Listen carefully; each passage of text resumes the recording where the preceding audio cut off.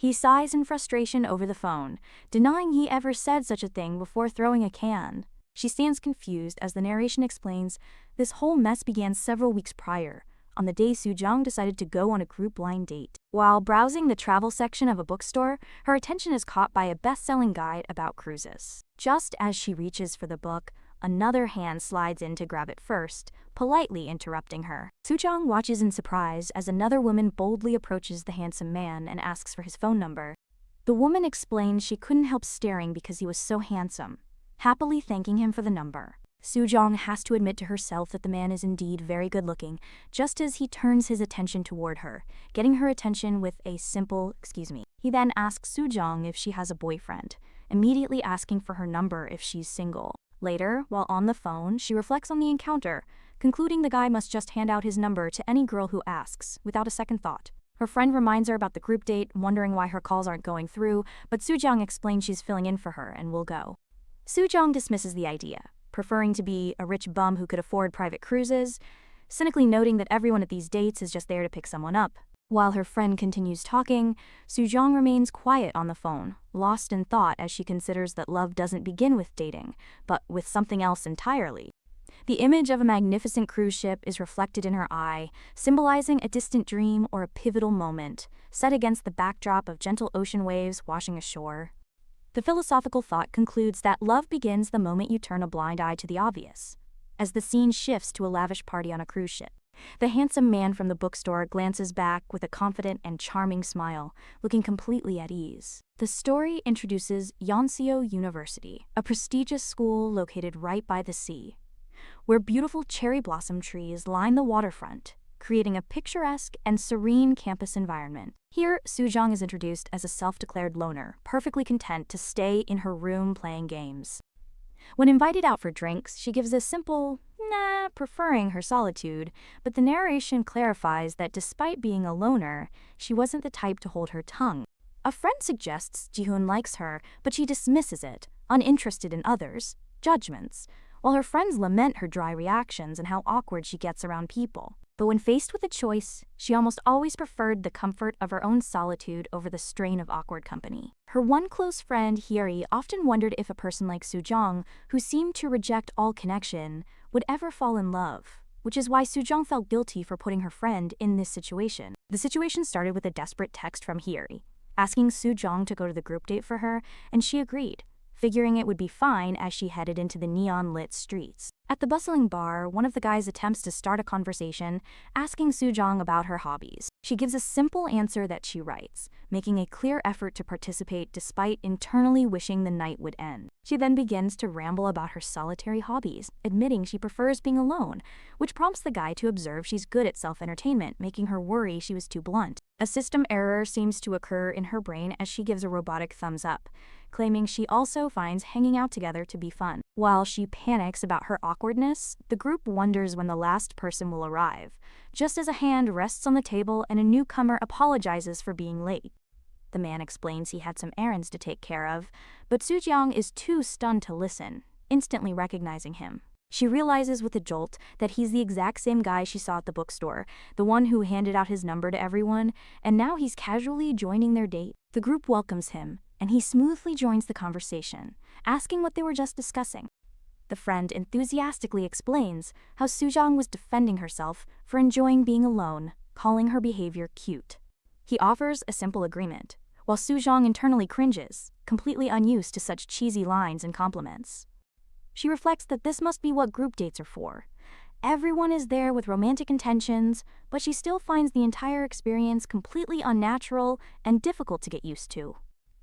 She internally critiques the others, noting one just wants to play drinking games, while another tries too hard to be charming, wishing for someone who was just being themselves. Her gaze then lands on the newcomer, who seems to be effortlessly engaging in conversation, embodying the authenticity she desires. One of the guys loudly announces the start of a drinking game, and Soo-jung immediately wants to leave. Suddenly, one of the guys quietly asks if she wants to get ice cream, and she quickly agrees.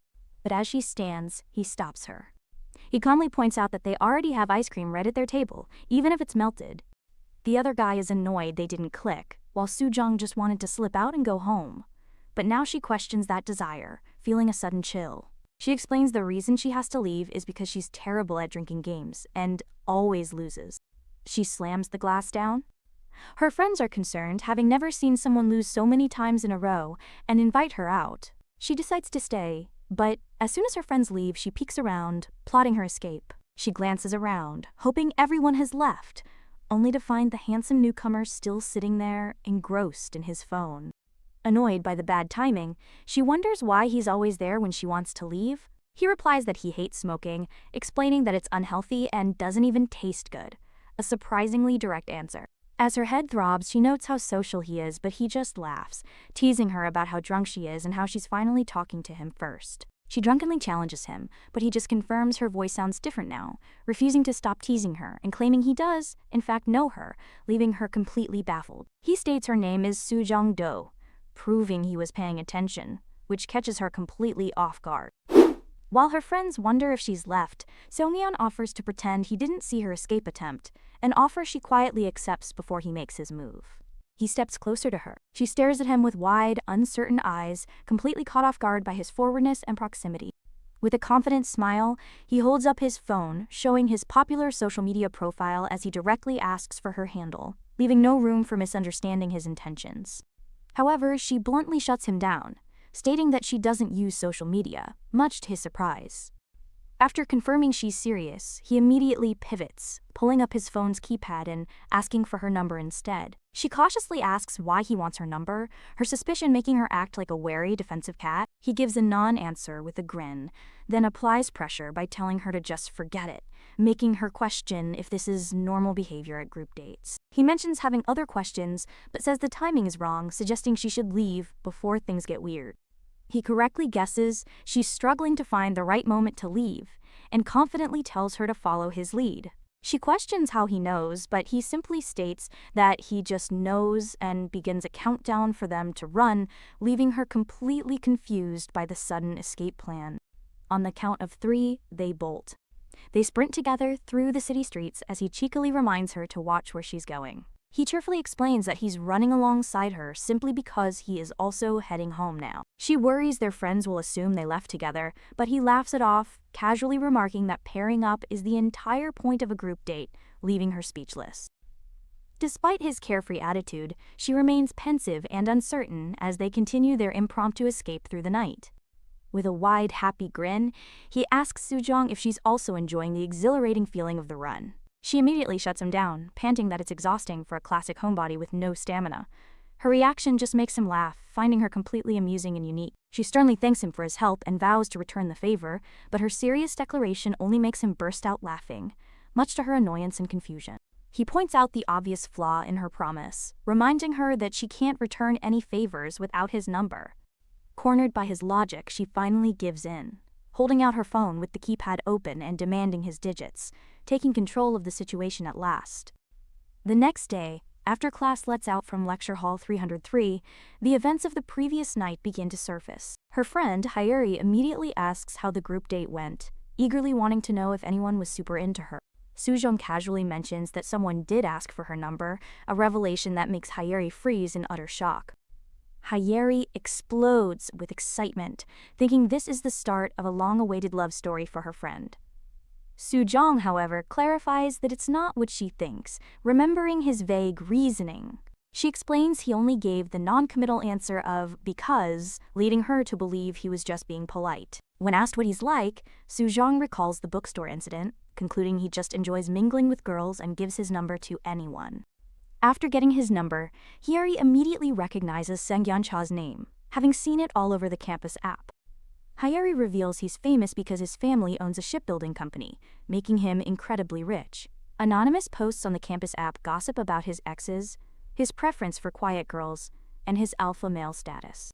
The old saying, where there's smoke, there's fire, comes to mind as Hyuri concludes he's got a lot of rumors surrounding him, scrolling through more of his pictures. Hyuri warns Soo-jung to be careful, worried Seong-yeon might be toying with her. In a fiercely protective hug, she vows that no one will mess with her innocent friend, but Soo-jung calmly reassures her.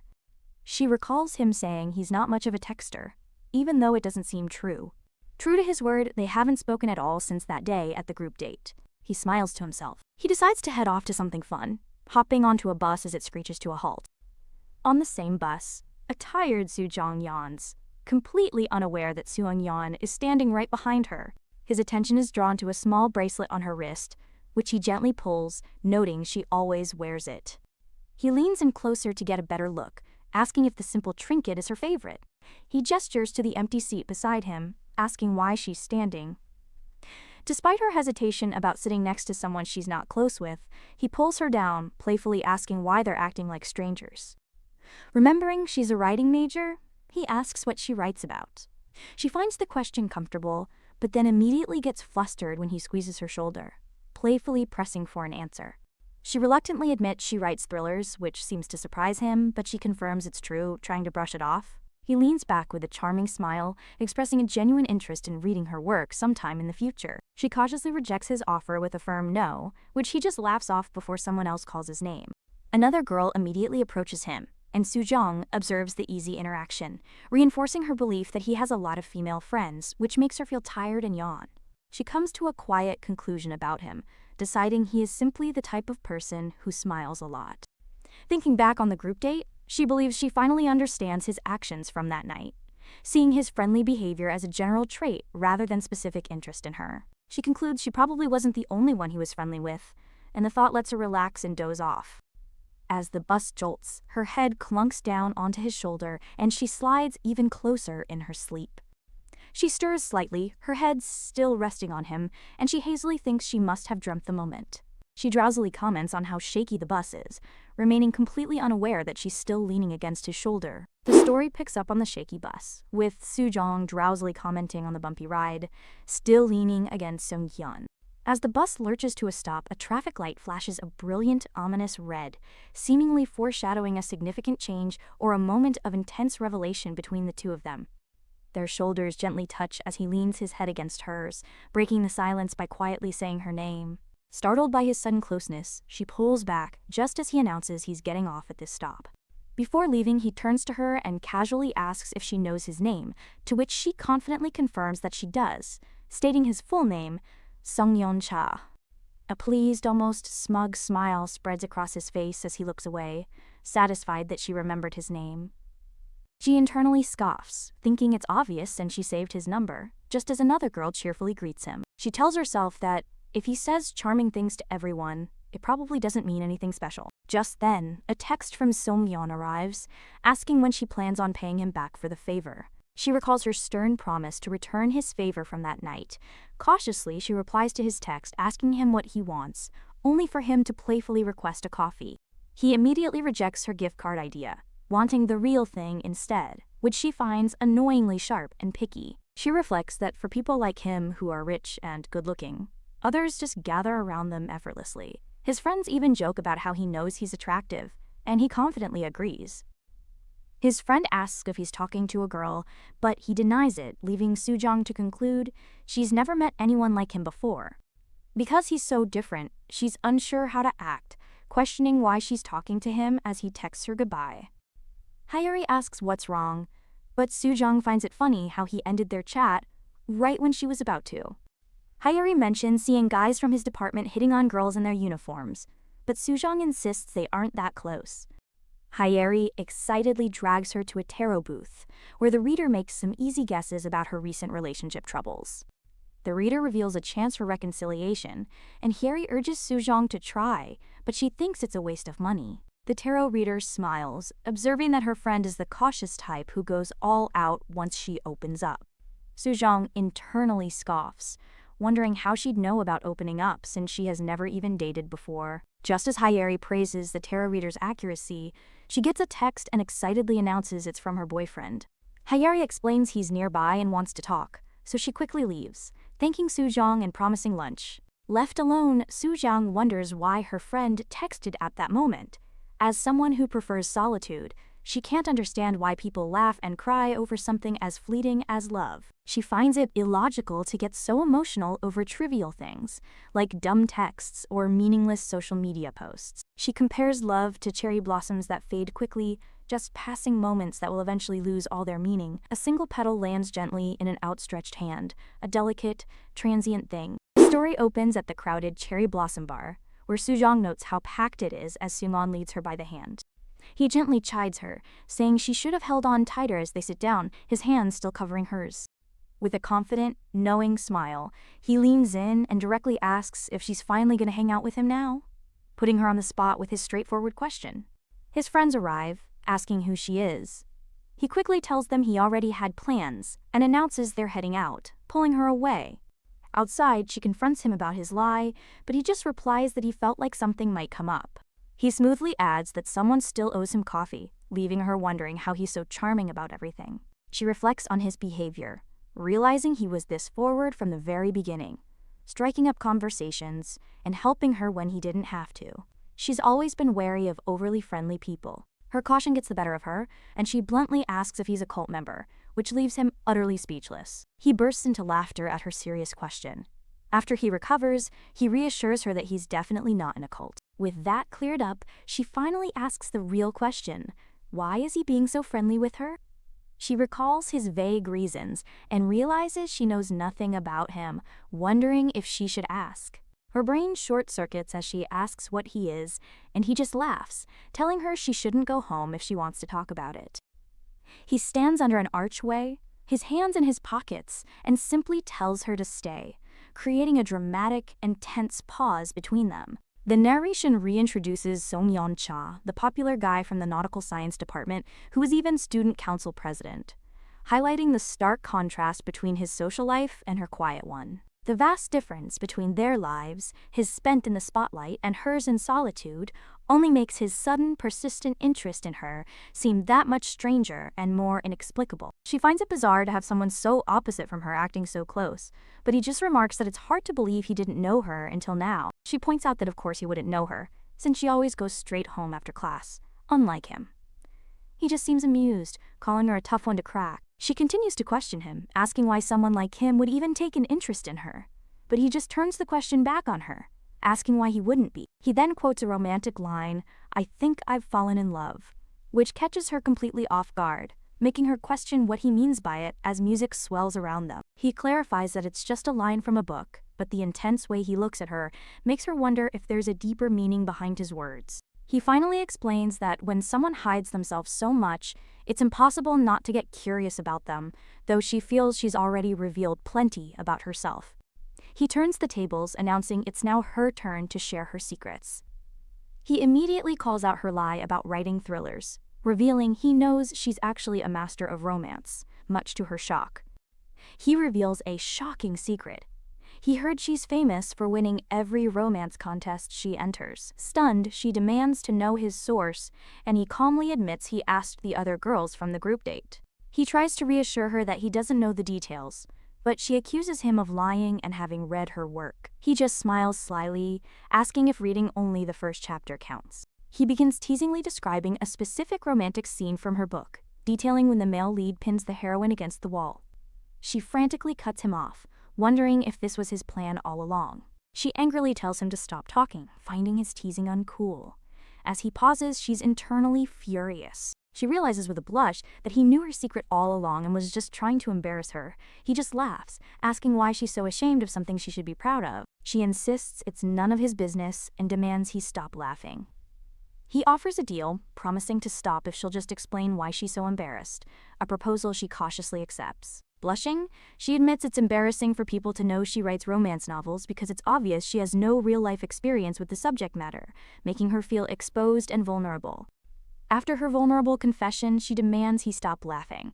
He looks at her with a new understanding and simply says, "Aha, now I get it," his teasing finally ceasing. She complains that her legs hurt from walking. He turns with a soft laugh and suggests they find a place to sit and have a drink, leaving her feeling utterly humiliated by his continued control.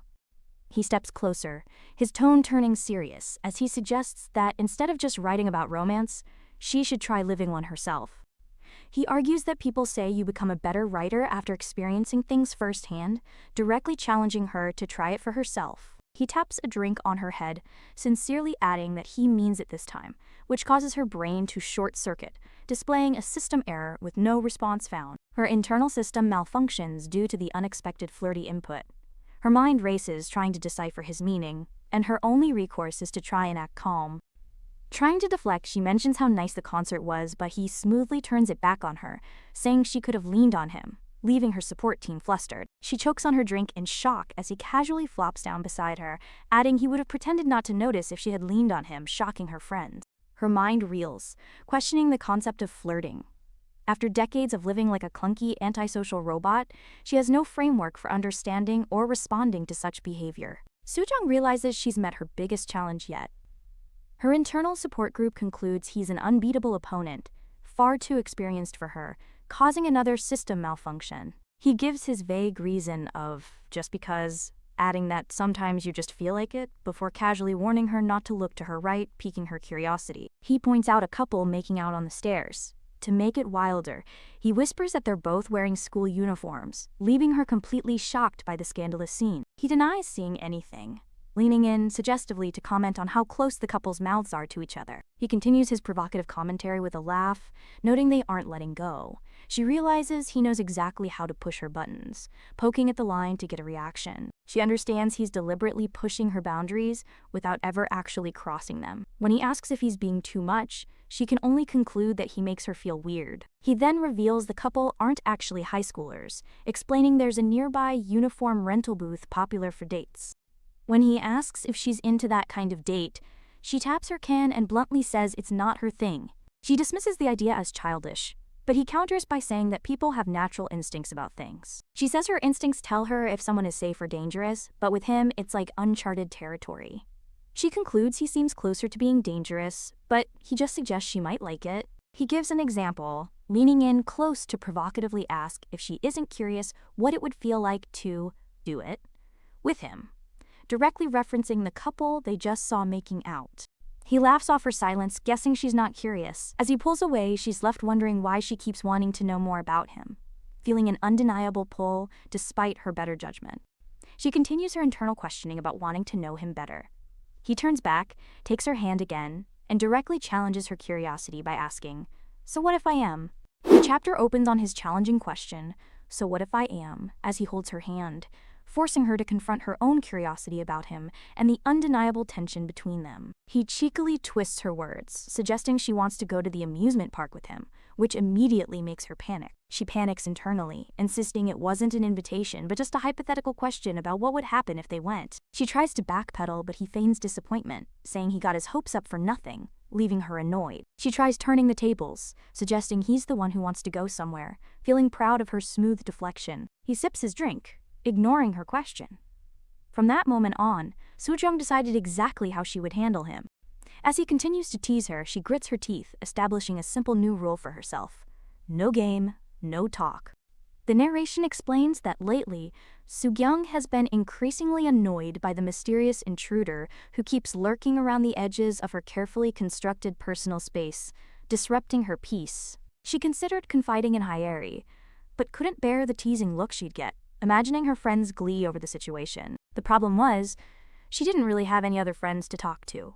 Or rather, she did have one more. She turns to her one other friend, an AI chatbot who can talk with pure logic and no messy feelings. She starts by typing out her problem. Someone has dirt on her, and she needs advice. The truth is, she hated being teased for acting like a robot, but she always felt that AI chatbots understood her best. When the AI responds with empathy, she thinks it's the only thing that gets her. Gritting her teeth in annoyance, she explains her secret to the AI. She writes romance novels but tells no one because she finds it embarrassing, and now this person is teasing her about it. The AI offers validation and asks for more details. Soo-jung considers the weirdest thing he said, typing out how he asked why she doesn't just live out a romance instead of only writing about it. The AI presents a few reasons for his comment, suggesting he might think it would be helpful for her writing, or that it was just small talk. This second possibility infuriates her as she punches her pillow. The AI offers a third, more startling possibility. It might have been a playful way of showing his genuine interest in her. After all, everyone expresses their feelings differently, which gives her serious pause. She immediately dismisses the idea as impossible. He's always surrounded by people, so why would he possibly be interested in her? Despite her doubts, she types out the possibility that he might actually be interested. The AI chimes in again, acknowledging that his approach, regardless of his intent, could certainly be seen as rude. The AI delivers a truth bomb. If someone doesn't respect your space or feelings, they might not be worth keeping close. After a moment of thought, she feels she finally has her answer now. With renewed determination, she decides to keep her distance from him. Her plan is simple. Cut things off so cleanly, there's no reason to ever contact each other again, starting with repaying her debt. Feeling resolved, she thanks her AI friend, confident that she now has a clear, non-awkward plan to back away from Sungyeon. With her strategy set, she immediately texts him to get coffee tomorrow. Sungyeon bursts into laughter while looking at his phone, prompting his female companion to ask what's so funny. He cryptically replies that he just saw something funny, then offers to show it to her with a sly smile. The next day arrives, and a text from Sungyeon confirms he's waiting by the stairs on the first floor. Sujong makes her way over, spotting him from a distance, ready to execute her plan. She greets him with a dry, "Good to see you again, punk," internally steeling herself to keep her distance starting from today. The chapter opens with Sungyeon's stunning confession under a leafy tree, admitting he has a thing for her and leaving her completely speechless as she processes his direct words. He leans back with a smug, confident grin, playfully challenging her to guess what kind of feelings he has. Her brain freezes, gears and screws popping out as she's left utterly lost for words by his unexpected confession. He suddenly says, "Never mind," and starts to leave, but she fidgets, clearly flustered by his abrupt change of heart.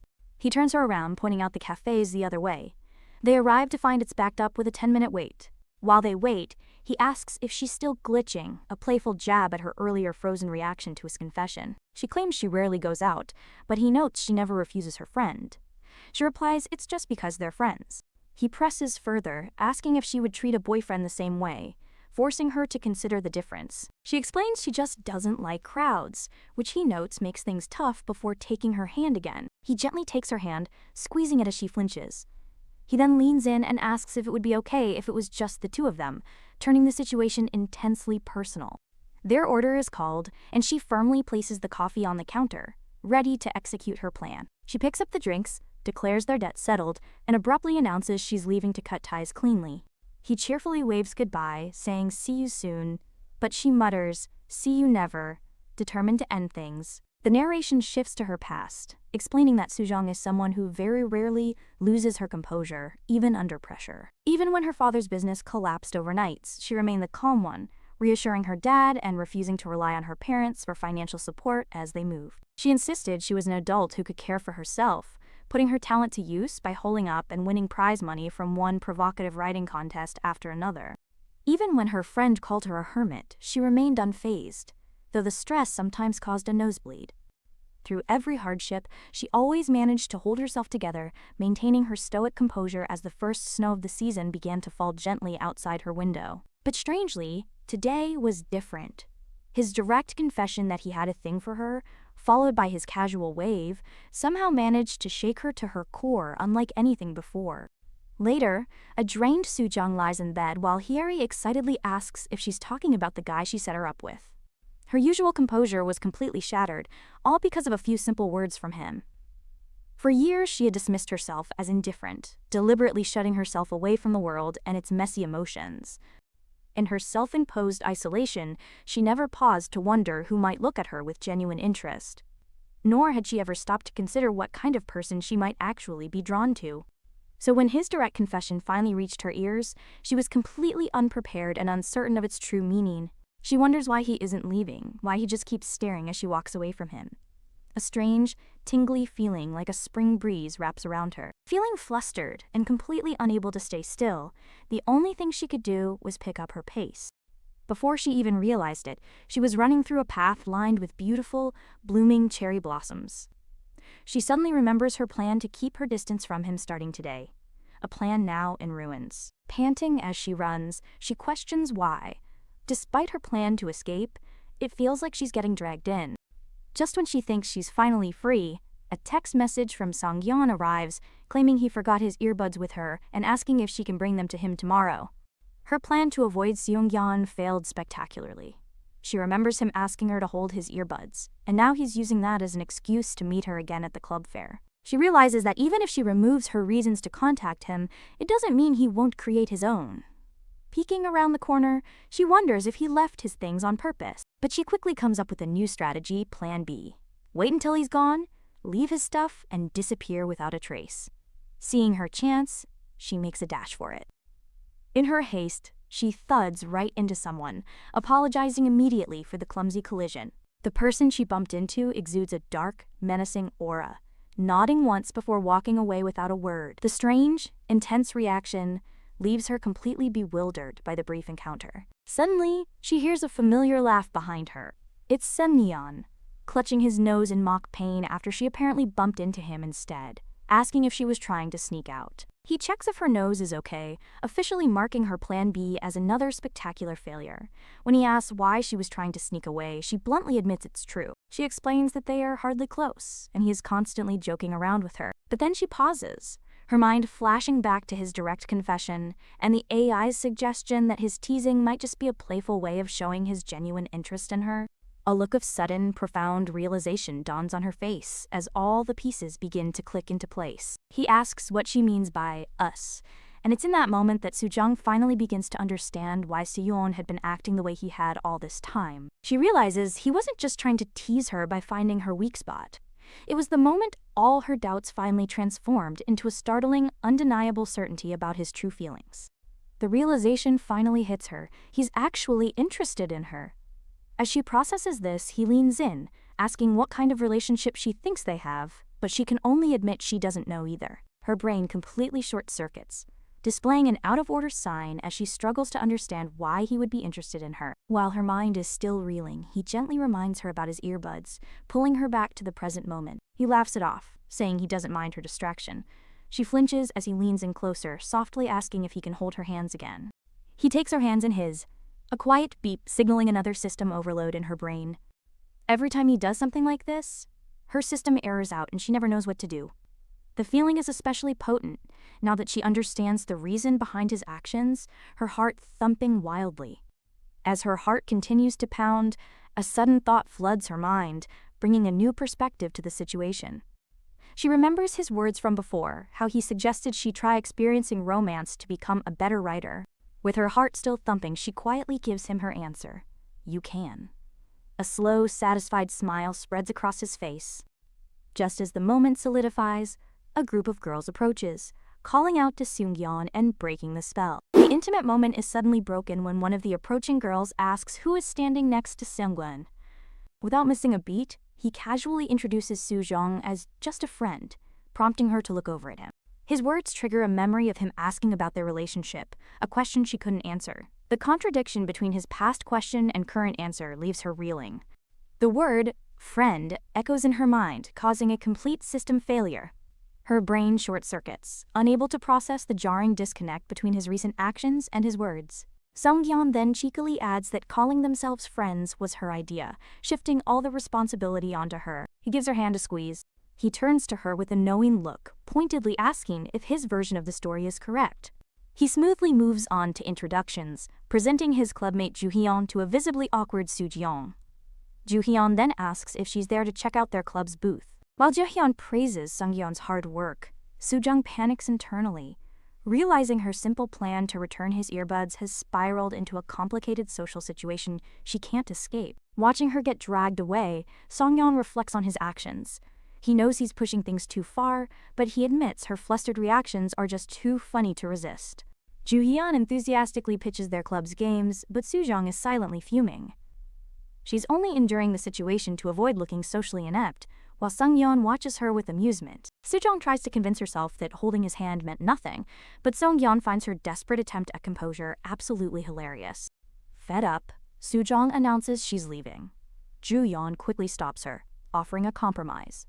She can just leave a nice review instead of playing. Joo-hyun explains their simple odds or evens marble game. She then leans in to whisper that while the prize is a secret, last year it was earbuds, immediately capturing Soo-jung's full attention.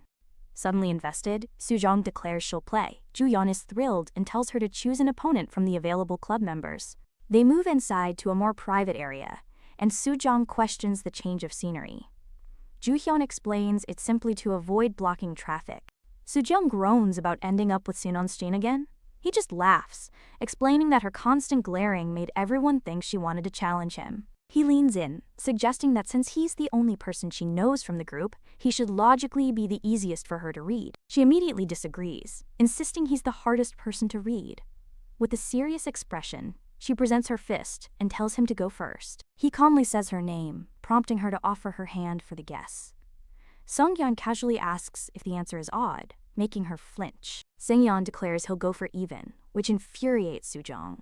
Realizing he's toying with her, she decides to fight back by throwing him off and striking at his weak spot. He asks if she wants him to just tell her the answer, making her wonder why he's always so relaxed. He confirms he chose even, and when she questions it, he confidently says yes again.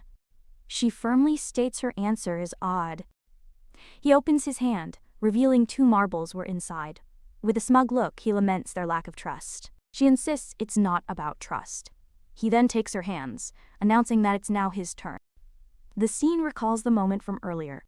He looks directly at her, asking how it felt when they were holding hands just moments before. After a moment of thought, she acknowledges his talent for predicting what will throw people off. Leaning in close, she realizes this is his strategy to rattle her, and she decides to play along. Her competitive spirit ignites. She reminds herself that she can play this game too, recalling her own skill with words and emotional manipulation that has won her numerous writing awards. Her brain processes the data. Looking him in the eye, she admits that she felt nervous, even though it was her first time applying her theory. He leans closer, impressed by her straightforwardness. Sungyeon admits he didn't know she could say something like that, making her flinch. He observes that she seems different now. His bright eyes sweep over her, carefully studying her sudden change in demeanor. His gaze lingers on her slowly and curiously, the way it always does. She knows he's been watching her closely, just for his own amusement, and she nervously swallows. And every time, her heart thumps as she squeezes the marbles. She feels completely powerless, like a tiny figure held in the palm of his hand. He always acts like he knows exactly how she'll react, and her heart pounds relentlessly. She finds his composure incredibly annoying, hating that she's the only one feeling this way. She asks why he doesn't seem to get nervous around her at all. She demands a real reaction from him. Pulling his hand back, he admits her response wasn't what he expected. He covers his blushing face, confessing with a shy smile that her honest admission actually got him a bit excited. A shiver runs down her spine as his words sink in. It was only in that precise moment that Sujong truly understood. She asks if he can say things like that so easily. This kind of exchange, shaping the air between them, was undeniable proof that something significant had finally begun. He confidently guesses odd based on her reaction and demands her hand. Panicked, Sujong regrets the earlier hand-holding. He tells her there's no running away now as he gently takes her hand to open it. She notes how smooth he's getting with his moves, but still tells him to let go. She agrees to open her hand, feeling awkward about the whole situation. He nonchalantly congratulates her on winning the prize. He feigns uncertainty about the prize and asks her to pick it out for him. Inside the envelope, she finds the grand prize: 2 free passes to Kenyam World Amusement Park. Holding the tickets, he playfully wonders aloud who he should go with, clearly looking for a reaction from her. She snaps back that it's his prize, so the choice is his. He laughs, realizing he has to be direct with her. He tells her to figure out his meaning when she gets home. Annoyed, she realizes he's asking her out on a date. Her friend expresses surprise at her sharp deduction. Sujong admits his overconfidence makes her reluctant to give him an answer. Her friend urges her to give in, saying she's curious too. She reminds Sujong she already held his hand, crossing a line. Tapping her mug, her friend admits Sungyeon is a bit too smooth about everything, which makes her feel suspicious. Torn over the date invitation, Sujong turns to an AI chatbot for advice. She explains that the guy is so smooth, she somehow got swept into the situation, and now she's unsure whether she should go. Lying in her bed, she considers the chatbot's response, which wisely states there are pros and cons to both options. The AI first lists the reasons to go. It could advance their relationship and, more importantly, provide great reference material for her romance writing. This idea immediately strikes her like a jackpot of fresh ideas. The thought of hitting the jackpot with fresh material for her work gets her incredibly excited. For a writer, an opportunity like this is a rare and valuable chance to gather new inspiration. However, the AI then presents a reason not to go. Be cautious of someone who seems too smooth. Just then, a text from Seems Tion pops up, perfectly illustrating the AI's next point about experienced people. The AI advises her to be mindful of his intentions. While she agrees Sungyeon is hard to read, the thought of missing out on such good material feels like a complete waste to her. Besides, she admits to herself that it would probably be fun. The chatbot continues, offering tips on spotting red flags, such as someone who constantly pushes boundaries or gives you an uneasy gut feeling. The complexity of it all is exhausting. She groans, feeling completely tired of the effort required to navigate this. Fling. She recalls the old saying that writers become better after experiencing things firsthand. Fueled by curiosity about this unknown territory, she thinks to herself, why not just try it? And makes her decision. With a sense of resolve, she decides she'll let herself be fooled just this once. She types out her simple, direct acceptance and sends the message, fine, let's go. It's a date. Reading her message, a genuine smile spreads across his face as he looks at his phone, pleased with her response. A memory surfaces of a snowy day, showing a young man standing in a crowd, his expression serious and focused. In that same memory, a younger Sujong looks up at the sky, finding the sudden snowfall much more unexpected than she thought. On the day of the date, Sujong's journey begins with a struggle, getting jostled around on a packed train. Desperately scanning for a place to sit, her eyes land on a man sitting down, and she gets a strange feeling of familiarity. She stares, trying to place his face, but he just looks back at her with a confused expression before she dismisses the thought. A text from Sooyeon asking for her arrival time interrupts her just as the train pulls into the station. She quickly replies, telling him that she's just gotten off and is heading for the entrance. He replies that he's near her, but she can't see him anywhere. He then clarifies he's not in front of her, but behind. Before she can turn, he grabs her hand and confidently starts walking, pulling her along as he says, let's go. She immediately recognizes his signature move, that thing he does where he acts with absolute certainty that his actions will succeed. She wonders if other girls fall for his tricks. Remembering the AI's warning about experienced people, her defense mode activates, and she pulls her hand away, claiming it's too hot to hold hands. He smoothly plays along with her excuse. Deciding to take charge before he does, Sujong points to a shop and asks to go there. She's pointed to a uniform rental shop. He agrees, claiming he's never done it, which makes her question if he's lying. Regardless of his honesty, she considers it a total win for her writing reference to-do list. She's determined to make the most of this rare outing by checking off a school uniform date and more. But she hadn't realized yet. What she hadn't realized yet is that those with a keen eye for aesthetics can be extremely selective. Suan-Yeon emerges from the dressing room, already complaining that the previous uniform actually fit him better. He complains the pants need to be wider, deciding to try another pair. Sujong is completely exasperated, thinking he's a clown. Meanwhile, Sujong looks at the nearly identical skirts on the rack. To her, every single one of them looks exactly the same. Sungyeon appears and points to a skirt, declaring it's the better option. He asks if she's chosen hers, and she quietly affirms. He explains the couple met through a meetup, and the rest of the people there are from the same fashion club. He laughs, asking if it isn't funny to see things like that, but she's completely lost as to what he means. He explains that while people claim to be there for hobbies, their real motives are obvious, like the guy who clearly isn't interested in fashion. Sujong retorts that it was a group blind date, and he was even more obvious than they were. She then accuses him of finding her funny too, for the same reasons. Her direct comment about the group date makes him flinch slightly. Changing the subject, she points out that he seems to enjoy observing people.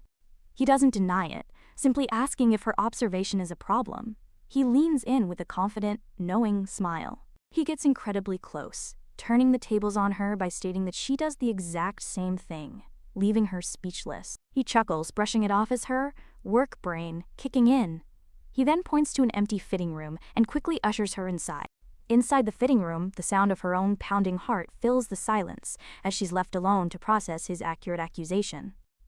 She reflects on his words, wondering if her habit of observing people is just for work, or perhaps it's a coping mechanism she developed to hide her lack of social skills by mimicking others. She recalls the group date, remembering how she was secretly observing and judging everyone. She judged one guy for only wanting to play drinking games, and a girl for trying too hard to be charming. She realized that no matter how naturally Sungyeon acted during the group date, she couldn't help but notice something deeper. His interactions with the other girls seemed effortless and charming on the surface. She noticed that he was observing people too. But unlike her, he seemed to be genuinely enjoying it. The memory of him teasingly calling her out for being after the same thing flashes through her mind. At the time, she didn't think he laughed on purpose because she never imagined she'd been caught. Back in the present, Songjin's voice cuts through her thoughts, asking if she's done changing yet. She emerges from the fitting room, feeling completely exposed now that he has seen through her social mask. Her defense mode activates again, and she fidgets nervously. She tries to create distance, asking if the uniform's waist is too big, but he points out there are buttons to adjust it. She fumbles, saying she can't tell if it's tightened all the way. He leans in to help, making her flinch. Still struggling, she asks if he wants to try. He moves behind her, his hand brushing her waist as he easily adjusts the skirt, zipping it into place and simply saying, "Like this." He leans in close, his face inches from hers, asking why she's so surprised when she told him to do it. His sleeve is caught on her buckle, trapping them in a tense, uncomfortably close position as they stand frozen, unable to move. Breaking the tension, Soo-jong panics and tells him not to move while she frantically tries to get his sleeve unstuck. As she fumbles with the buckle, he remains calm, leaning against the wall. She notes how tightly it's stuck, wondering if her earlier grip is to blame while he just wants to leave. After finally freeing him, she fidgets awkwardly, hoping he didn't notice her panic. As she turns to leave, he stops her. He states they still need to pick a tie and holds one up to her. She thinks it looks too deliberate, but he just laughs off her concern, asking, "So what?" He leans in close, suggesting that perhaps the couple they saw earlier also met while attending the same school. He smoothly declares they're just like that couple, and she recognizes his manipulative tactic again, telling him to just head in.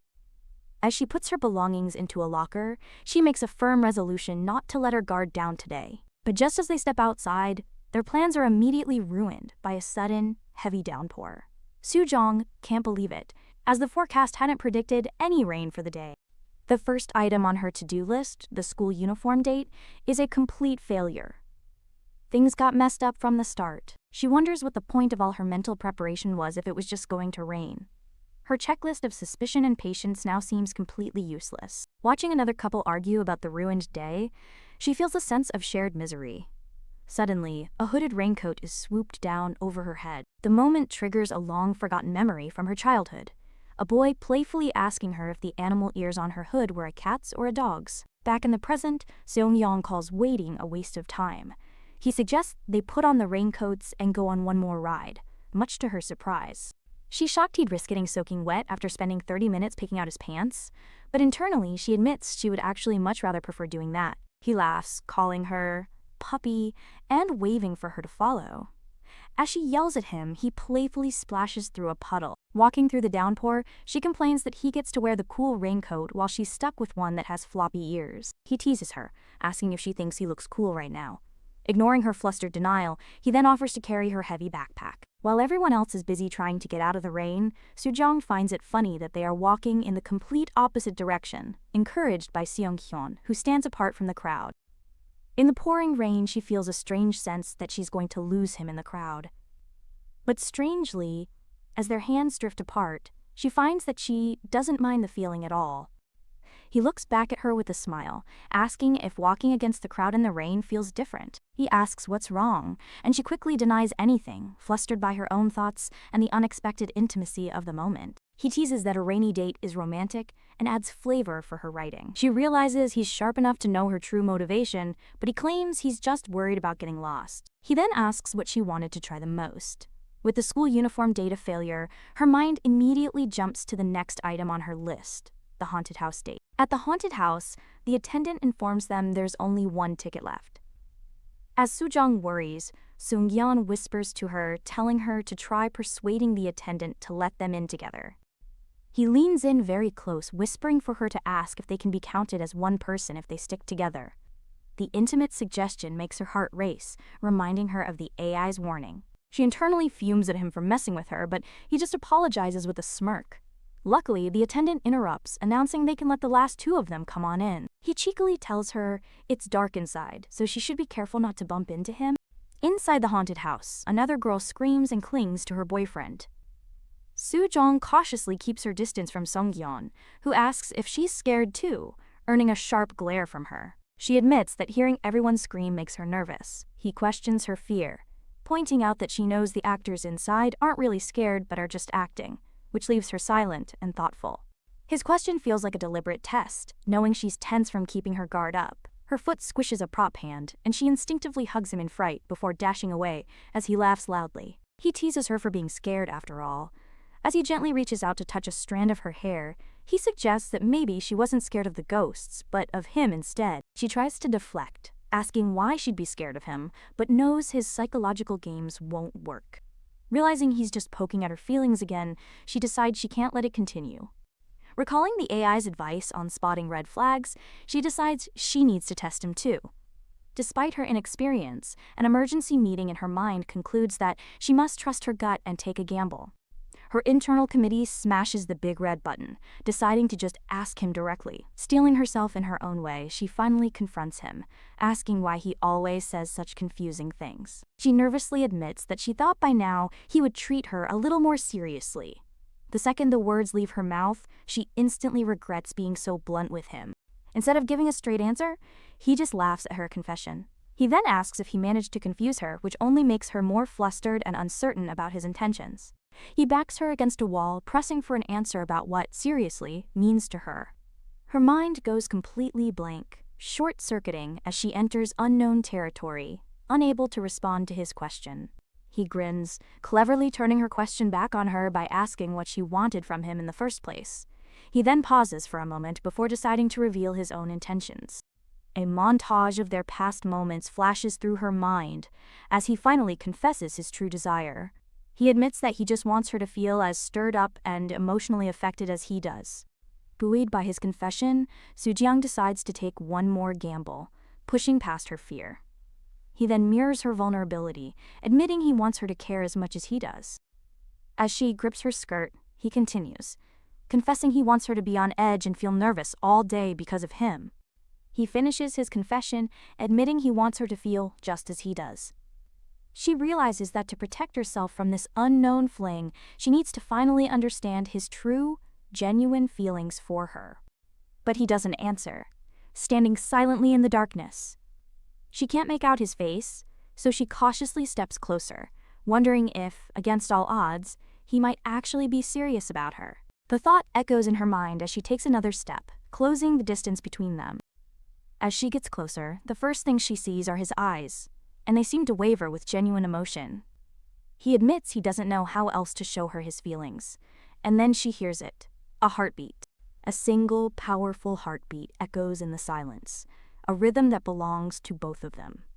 As she rests her head against his chest, the theory she'd been forming in her mind finally begins to take hold. The steady thumping of his heart continues as he confirms her unspoken question, telling her he's showing his true feelings right now. It's a strange, new feeling she's never known before, and her logical mind begins to overload, unable to process this raw emotion. He takes another step closer, softly saying, "With you," leaving her wondering what she's supposed to do now. Inside the haunted house, he tells her he's showing his true feelings right now, with her. The air is thick with unspoken tension as they stand incredibly close, their mission forgotten. He steps closer, declaring he's going in. In a moment of unexpected vulnerability, he admits that she's not the only one who's scared, causing her to flinch in surprise. He confesses that he's scared too, clarifying that he wasn't teasing her for her fear. He reminds her of his earlier promise not to take his teasing too far with her. She's surprised he remembered the promise he made. He confirms that of course he does, then turns and begins to walk away, leaving her wondering if he misunderstood her or is simply playing dumb. She watches him, trying to decipher his true intentions. His sudden shift from intense confession to casual dismissal leaves her completely unable to figure out if his actions are genuine or just another game. When she asks what's wrong, he points to a poster about a roller coaster, declaring they've found the clue and can now leave. The poster's ominous message feels strangely relevant to their situation. Outside, the sun is shining again as the rain has finally stopped. He suggests taking a picture, and despite her complaining about his extroverted habits, he quickly snaps a photo of them together. He asks to post the photo. While they rest, he asks why she doesn't use Instagram, She explains she once had an account but deleted the app because she never actually used it. She sighs, admitting that since everyone keeps asking, she feels the need to get back on it. He teases her about feeling the need and suggests she reinstall it right then and there. She makes an Instagram account, and he's her first follower. He gets a call and tells her to snoop on his phone. She's annoyed by his constant button-pushing jokes. He acts like it's a given she'd be curious about him. But despite her frustration, her curiosity wins. What Soo-jung didn't know as she tapped the profile was significant. What she didn't know was that this simple act of curiosity was the very start of a new chapter in their story.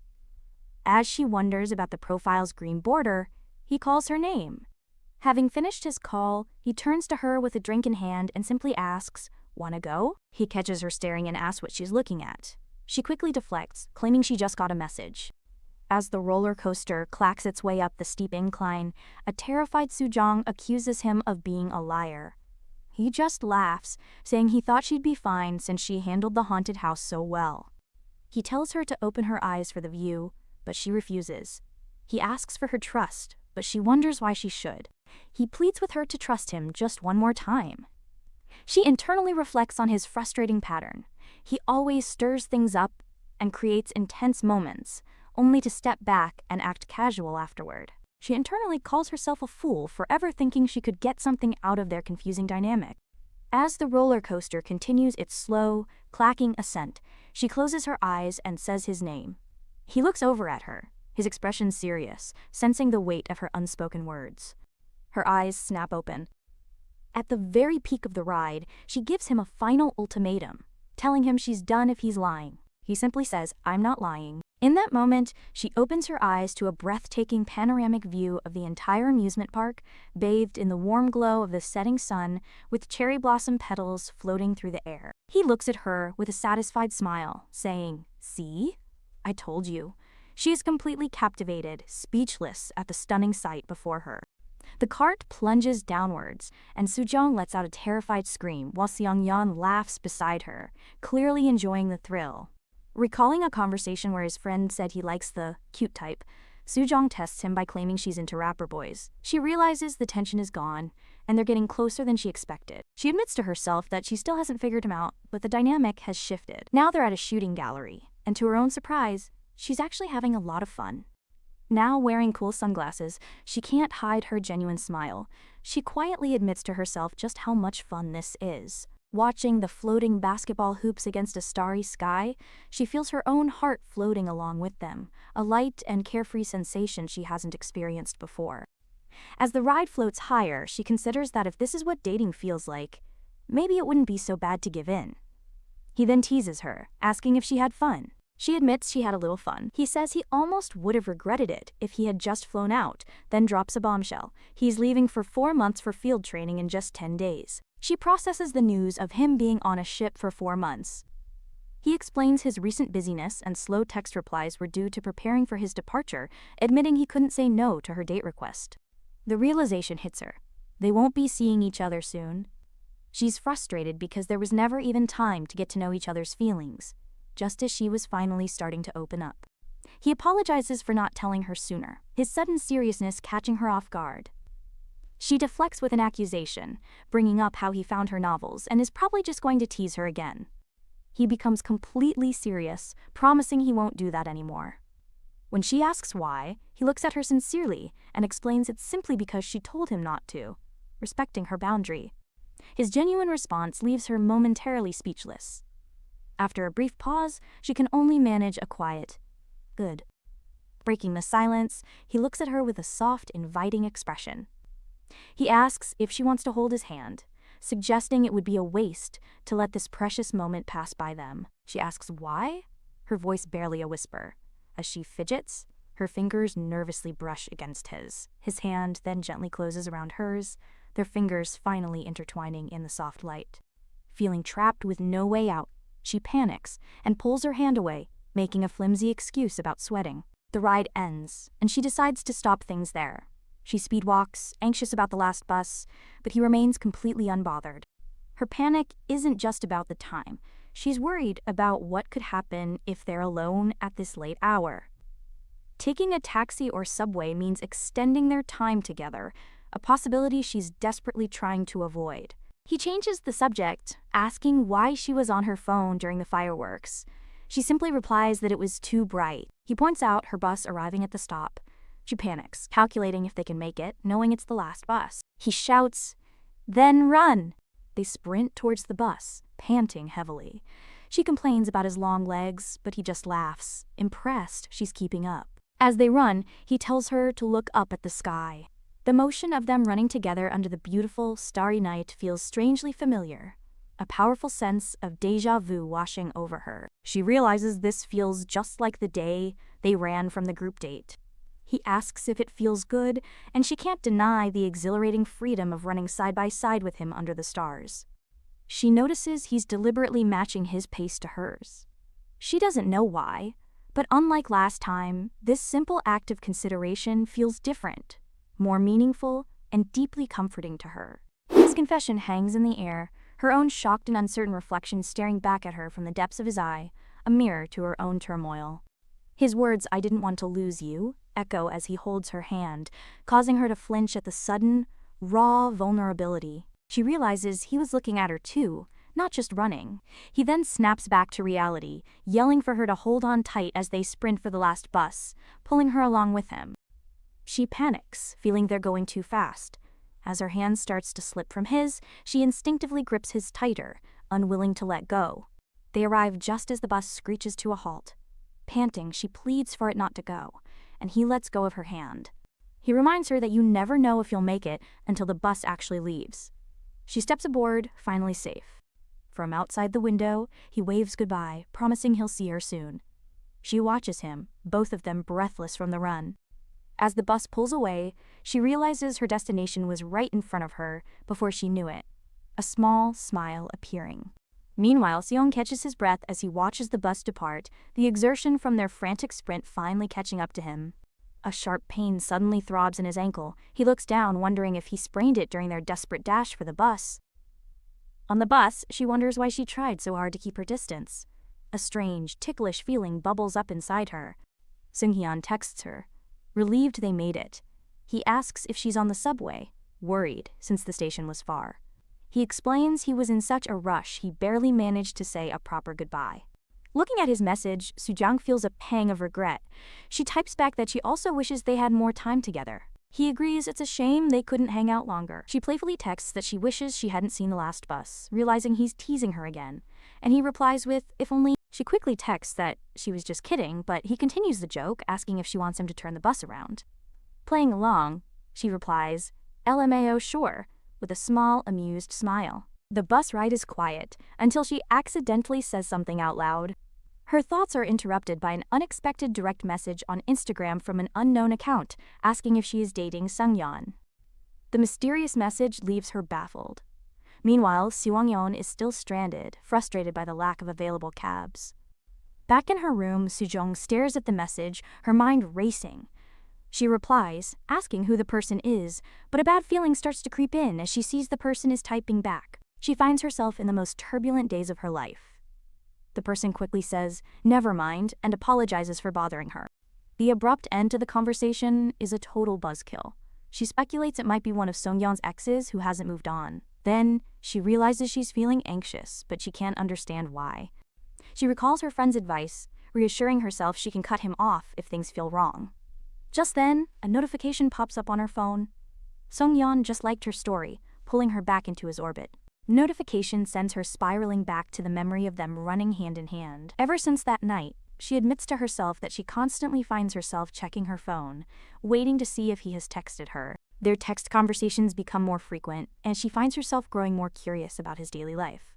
After she thanks him for some notes, he casually suggests they call later, further bridging the distance between them. She admits to herself that she finds herself wanting to hear his voice. With this growing connection, she decides that maybe it's okay to just wait and see where this unexpected relationship goes. During a late-night call, she teases him about lying. He admits to it, then playfully asks what she lied about. She tests him, guessing he isn't into cute girls. He gets defensive and asks if she's heard rumors, but she just asks if he cares. He dismisses the rumors as just talk. She clarifies she only asked because she trusts what he tells her, not what other people say. Her declaration of trust leaves him speechless, and he admits it's touching. She dismisses it as a cheesy line and ends the call. She makes an excuse about having things to do, also reminding him he's going out later. She finds the entire interaction strange. As he sits in his car, his injured ankle throbs with pain. He wonders why it always feels like he's the one left wanting more, a feeling amplified by a text he sends her about being busy.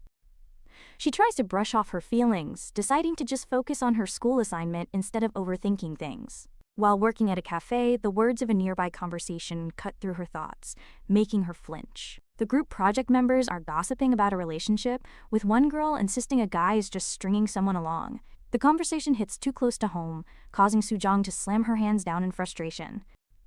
The group leader looks over, annoyed by the interruption. He sternly reminds them that the project's deadline is tomorrow. After another member leaves for the bathroom, Soo-jong is left to ponder the conversation she just overheard about being strung along. The words, stringing someone along, echo in her mind, leading to a horrifying realization. Is she in the exact same situation? She flashes back to his confession in the haunted house, but the AI's warning about dodging serious topics contradicts his actions. Now she's left wondering if it's really just the two of them. She turns to the group leader, the only one left, and offers a quiet, uncertain apology for her earlier outburst. He sighs, realizing the other members have ditched them and aren't taking his calls. He figures the freshmen probably bailed. He sternly declares that they'll have to finish the project themselves, though he's unsure they'll make the deadline.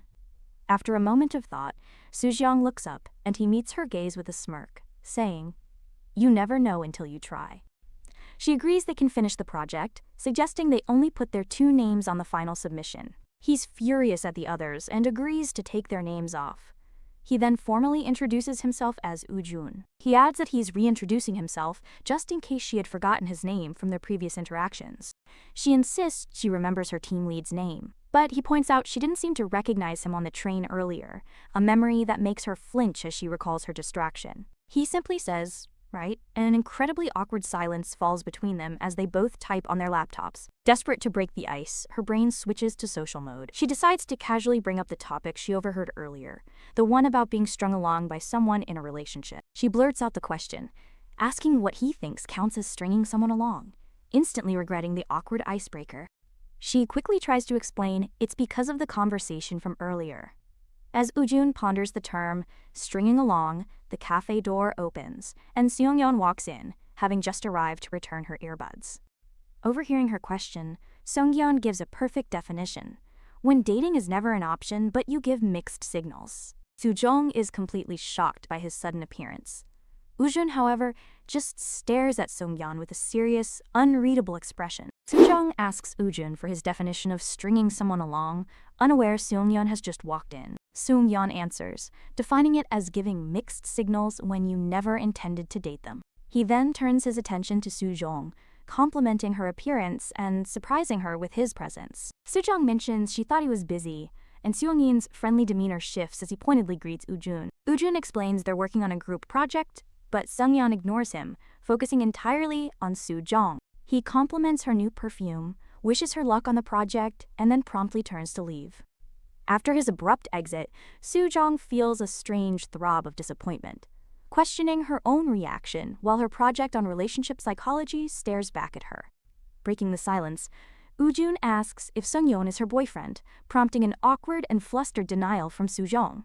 Woo-jun's simple, knowing response hangs in the air, his expression revealing a depth of unspoken history and concern that completely unsettles the atmosphere between them. Suddenly, the scene shifts to a bar where whispers follow Seong-yeon, labeling him as the guy who notoriously went after his friend Chung-yoon's girlfriend. The gossip continues, with others excusing Seong-yeon's behavior because of his looks and wealth, noting that women are always drawn to him regardless of the rumors. The men at the bar continue their crude discussion, claiming they would act the same way and that Seong-yeon must enjoy a life where he can have anyone he wants. Woo-jun's cynical remark about who Seong-yeon is targeting now directly hits Soo-jong, causing her to jolt upright. Without another word, Soo-jong announces she'll be right back and quickly runs out of the cafe, leaving Woo-jun behind. As she runs, the key points from her psychology project flash through her mind, explaining the science behind attraction, how hormones play a big role, and the act of constantly thinking about someone. The presentation explains how you start looking for that person without realizing it, which indicates the release of dopamine, also known as the love hormone, while Woo-jun dismisses his own concerns. Finally catching up to him, she calls out his name, making him stop in his tracks as the realization dawns. Out of breath, she faces a grinning Seungyeon, immediately questioning her own impulsive actions and wondering about the strange look on his face as he casually asks what's up. Internally panicking, she resolves not to admit she ran after him just to see him, deciding instead to use her project as a convenient excuse, recalling advice to sometimes make the first move. Taking a leap of faith, she asks him if he wants to get drinks tonight, immediately worrying that he's seen through her excuse but feeling a surge of pride for taking the chance. Soo-jung's thoughts drift to Seungyeon, remembering the specific way he looks at her. She realizes that every single time their eyes meet, a familiar, heart-fluttering pattern emerges.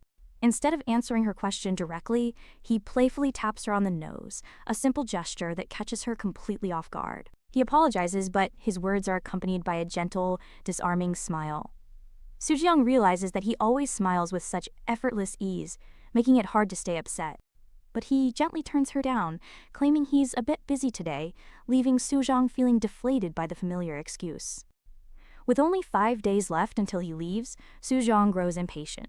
She can't understand his calmness and begins to suspect he's avoiding her, creating a frustrating, uncertain distance between them. Soo-jung flinches, surprised by his sudden movement as he gently holds her face in his hand, leaving her confused. He asks if her gesture meant what he thinks it means, a question that only adds to her bewilderment. She quickly denies it, flustered and waving her hands as she tries to explain away her actions. Her mind races with errors as she questions her own impulse to touch him, admitting to herself that she's been acting strangely lately, unable to understand her own behavior. She reflects on her recent uncharacteristic behavior, from impulsively asking him out for drinks to this very moment, realizing she keeps doing things she normally wouldn't. She voices her concern, feeling they're getting too close too fast, prompting an apology from Seungyeon. Deciding she needs to stop, she stands up, explaining that no matter what, she comes off differently. Feeling it's now or never, she admits she's always awkward and that people misinterpret her signals, deciding it's best for her to just leave the situation entirely. Without waiting for a response, she turns and walks away, leaving a stunned Seungyeon sitting alone at the bar. As she leaves, he quietly mutters that he doesn't mind her strangeness, his expression revealing his complete surprise. He turns, questioning his own words before adding that as long as he gets her, it should be enough. Soo-jung mumbles a response, her quiet words questioning how he could possibly understand what she's feeling. Her reflection appears in his eye as he looks up, her question about how he could ever understand her hanging in the space between them, highlighting the disconnect they both feel. The scene shifts to an ethereal space where an unseen narrator asks a simple question: "Did you know?" Her psychology project explains that when hormones like dopamine and testosterone kick in during love's early stages, a powerful chain reaction begins, influencing all subsequent actions and desires. As a result, we begin to crave another person in ways that are far beyond our conscious control. This craving manifests as an overwhelming desire to touch them, and then to pull them in for a hug. An irresistible desire for the other person takes over, an intense physical and emotional pull that seems to draw them closer together, blurring the lines between thought and instinct in an intimate moment. This powerful feeling makes you want to keep getting closer, but just as the moment peaks, he suddenly turns away. He then turns back, leaning over her and gently holding her face as he firmly tells her to look at him. He leans in close, whispering confidently that he knows she missed him, his words hanging in the air. He adds with a confident smile that she even called for him in her dreams before a sudden sound breaks the moment. Soo-jung jolts awake in her bed, panting and flustered as she realizes the intense encounter was only a dream. She wonders what kind of dream that was, her confusion growing as she sees a new message from Seungyeon. She struggles to recall the previous night, the memories hazy and fragmented. She remembers trying to leave the bar, but Seungyeon had suddenly stopped her from walking away. He told her he had something for her too, revealing the very book she had always wanted to read. She recalls that he didn't try to stop her after handing her the book. She thinks she said something else, but the memory is lost, replaced by the strange, unreadable expression she'd never seen on him before. Her memory ends with her finally getting home and collapsing into bed, which led directly to that vivid dream. The images from her dream flash through her mind again, his intense gaze and gentle touch feeling incredibly real. Someone calls her name, snapping her out of her thoughts. Soo-jung is talking with her friend, who immediately notices her gloomy expression and asks what's wrong. Her friend immediately guesses the problem, bluntly asking if Sung-yeon is giving her mixed signals again. The friend spots the rare book Seung gave her, arguing he wouldn't go to such lengths if he didn't care. Soo-jung wonders how he even found the out-of-print book. Her friend then questions why she's trying to cancel their plans, asking if a weird dream is the cause.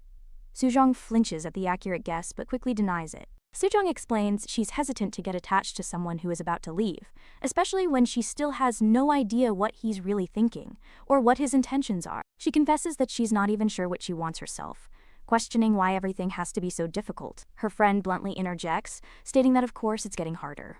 Her friend explains that the situation feels harder because Soo-jung's desire to know him better is undeniable proof that she is finally starting to actually like him. The simple, direct statement makes Soo-jung flinch as she processes the profound idea, quietly questioning if her developing feelings for him are the actual root cause of her recent confusion. She connects the dots, wondering if liking him is why she feels dizzy and why he's so hard to figure out. All of it, just because she likes Seung-yeon. Her friend offers advice, acknowledging the weirdness of the situation but encouraging Soo-jung to not have any regrets, suggesting she doesn't have to decide everything right now. Her friend suggests she be more honest with her feelings, pointing out that Soo-jung is holding herself back from what she truly wants, and that they can figure things out together. She urges Soo-jung to go see him, emphasizing that today is her only real chance to act. The final piece of advice is to find out what's real between them before it's too late. Her phone dings again. She reads his text. He's leaving earlier than planned, tonight. Soo-jung's inner monologue concludes that nothing about them fits, while her friend expresses shock at the sudden news about his departure. Her mind flashes back to all their incompatibilities, from their clashing personalities and hobbies to their vastly different social backgrounds, reinforcing the idea that they were never a good match on paper. She concludes the list with their timing, sadly asking if this means she won't see him before he leaves. Sung-yeon quickly clarifies that he wants to see her, but reveals he's already on his way to the airport. The devastating news leaves Soo-jung speechless, but her friend wastes no time, emphatically telling her to go see him. Soo-jung gets up, questioning the point of meeting him at the airport. As she grips her hoodie strings, she has to admit a difficult truth to herself before making her final choice. She tells him she is coming, and he insists they must talk face to face, not over the phone. Her taxi screeches to a halt as she races through the airport, texting him that she's just arrived.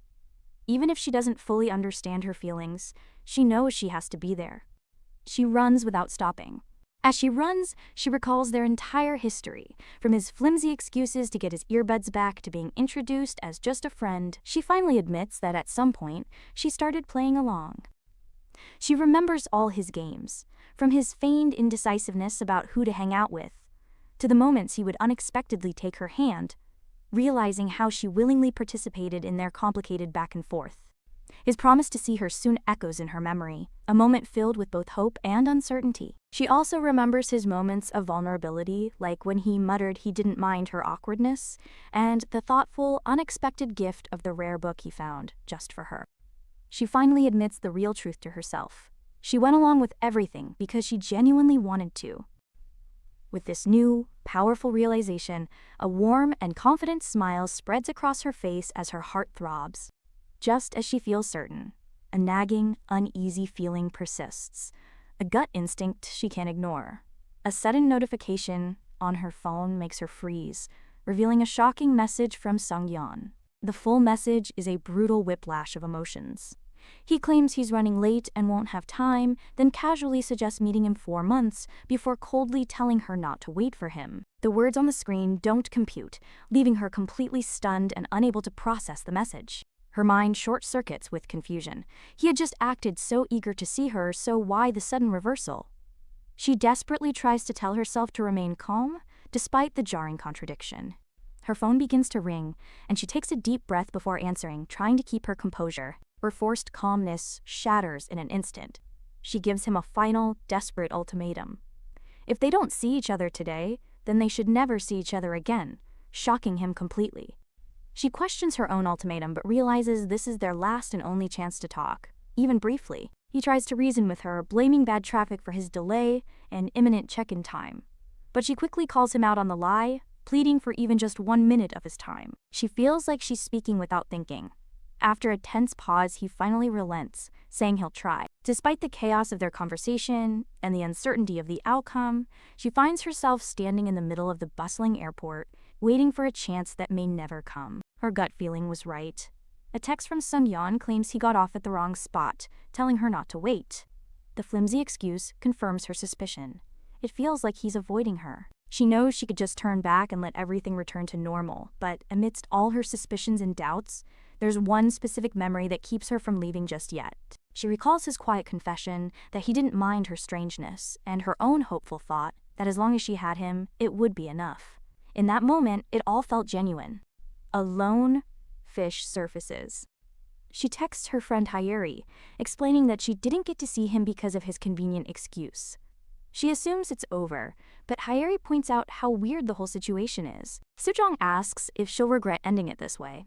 Hyeri honestly says yes, urging her to ask him why he couldn't meet and to just let all her feelings out without holding back. Realizing her friend is right, Soo-jong decides to ask one last time. Meanwhile, Soo-yeon's friend questions his extreme measures. With a grimly determined expression, Sung-yeon simply states that there is no other way to handle the situation. As she prepares to make the call, Soo-jong steals her resolve, knowing she has to find out the truth. Just then, his phone rings, displaying her name on the screen, forcing the confrontation he was trying to avoid. He stares at his phone, his expression a mixture of annoyance and resignation as he sees her call coming through. She cuts straight to the point, asking him what he's really thinking as she answers the call, trying to stay calm. The question hangs between them as she bluntly asks why he is ignoring her and avoiding their meeting. He sighs, repeating his excuse that his schedule is simply much tighter than he had initially thought. Soo-jong immediately calls out his inconsistency, reminding him that just moments ago, he had blamed the traffic. He doubles down on his story, claiming the traffic jam caused a chain reaction that made him barely make his check-in. His explanation is logical, but that's what makes it suspicious. The excuse feels too smooth, almost rehearsed, and he grows defensive, asking what she's trying to imply. She wonders why he sounds so indifferent as she lays her feelings bare, explaining she only asked because she thought he genuinely wanted to go out with her. Her own bold questions from before echo in her mind, her desire to know what he thinks of her, and her wish to finally define their mysterious relationship. But the moment she heard his detached voice on the phone, a crushing realization hit her. She knew with absolute certainty that he didn't feel the same way she did.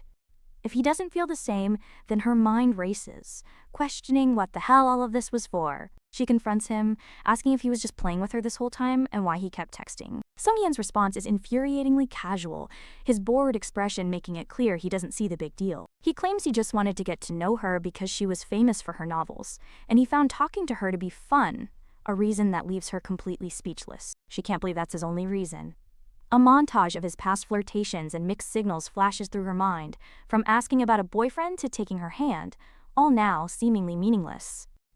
She reflects bitterly that she thought 10 days would be enough time to make a fool of someone. The can slips from her hand. His voice cuts through the phone, coldly asking when he ever said he wanted to go out with her. The can clatters to the floor, as she realizes a few seconds were enough to make her a complete idiot. Stunned, she can only manage a choked "what?" in response. He acts confused, asking her to tell him because he just doesn't get it. She desperately reminds him that he acted like he had feelings for her, recalling all the moments he implied something more, from questioning her relationship status to whispering that he missed her. He casually admits that it's true he was interested, but his tone is dismissive and detached. Still on the phone, she sees him standing just feet away, his back turned. The blatant lie finally sinks in, her expression hardening with fury. He turns slightly, his face still oblivious to her presence, as her one-word thought seals his fate. She hangs up the phone with a decisive flop, her voice cold as she tells him he simply threw her away. His friend urges him to go through security, but Sung-yeon suddenly grabs his umbrella, stopping him. She smacks the umbrella against her hand, calling him a cold-blooded, heartless bastard for his cruel deception. She holds out the umbrella to him, her expression unreadable as she mentions the forecast for rain later. He looks at her with a somber expression, telling her that this apology is the best he can do. Her heart pounds in her chest as she processes his words, furiously questioning what he means by that. As he turns and walks away with his friends without another word, she shouts his name one last time, a final, desperate attempt to get a real answer before he disappears for good. The umbrella smacks the ground. Her rage finally erupts, and with a furious expression, she wishes that he would drown at sea. She continues her tirade, hoping he gets terribly seasick, loses his meds, and even that his Wi-Fi cuts out. A dark, overwhelming energy consumes her as she issues a final, chilling command, telling him to never dare contact her again, her voice filled with absolute finality. She storms away, leaving the umbrella behind, while his friend asks if he's okay, noticing the blood on his ear. Sungyeon's internal monologue reveals his reasoning. He didn't want to make her wait when he was so unsure of his own feelings, believing that would be an even worse fate for her. A simple, happy image of two dogs appears, a stark contrast to the current turmoil and heartache. His phone screen shows a happy dog, but his expression is somber as he decides it's time to go. Without looking back, he and his friend walk away, heading towards the security checkpoint and leaving everything behind. The scene shifts to Soo-jung, soaking wet from the rain, struggling to open a stubborn door somewhere else. Soaked and frustrated with her broken door, she regrets not taking the umbrella he offered. Amidst her irritation, she questions his sudden and unusual choice of a hooded sweatshirt for the airport.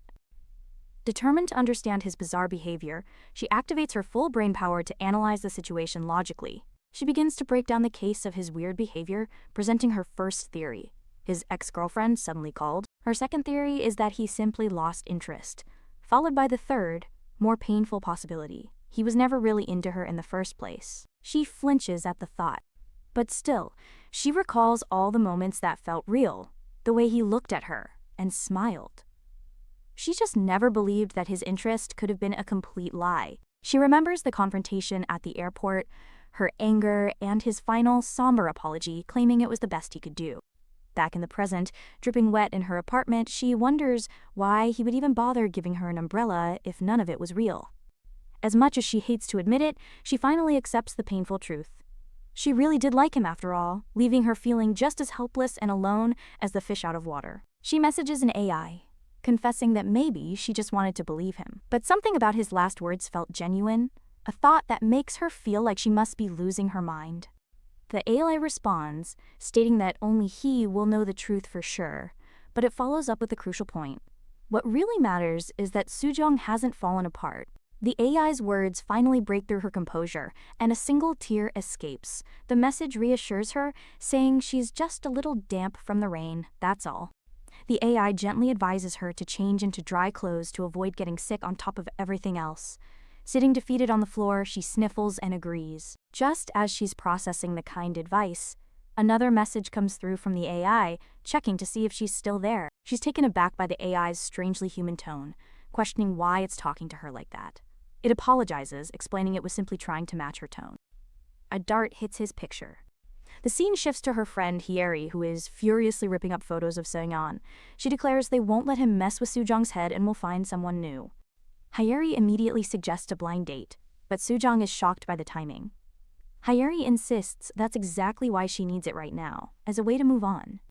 Hyeri begins mocking Seung-yeon's final, pathetic apology, impersonating his voice. Soo-jung's friend tells her to stop, finding the performance a little too on the nose. Hyeri triumphantly declares that Soo-jung obviously hates it, and promises to set her up with someone super hot. She then jokes about taking care of Seung-yeon herself, pulling up a search for a hitman. Despite Soo-jung's hesitation, Hyeri sends a text confirming the blind date details, promising a guaranteed hot guy.